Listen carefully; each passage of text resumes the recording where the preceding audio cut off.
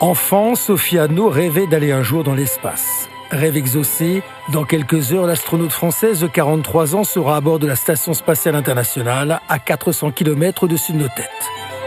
Pour une mission d'une durée de 8 mois, guidée par un sentiment.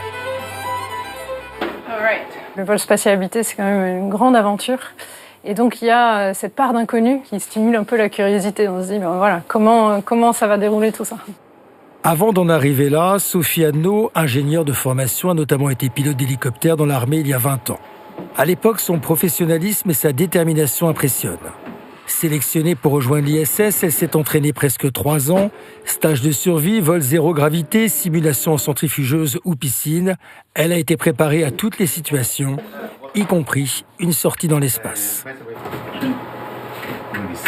Le Graal de toutes les missions d'astronautes, ce sont les sorties extravéhiculaires. Aujourd'hui, je ne sais pas si on en aura ou pas. On ne sait pas qui la fera, mais on est tous prêts et on a tous très envie de vivre cette expérience.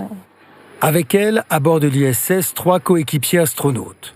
Pratiquer une activité physique et apprendre à vivre en communauté dans un espace réduit. C'est ma chambre. Sa formation a été très complète.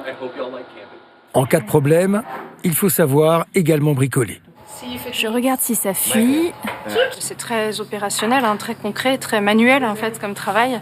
C'est ça que j'adore. L'exigence des missions spatiales est tellement élevée qu'on ne peut y arriver qu'en se soutenant les uns les autres. Au cours de sa mission de 8 mois, Sophie Anneau participera à plus de 200 expériences scientifiques. Elle en a déjà testé certaines avant son départ.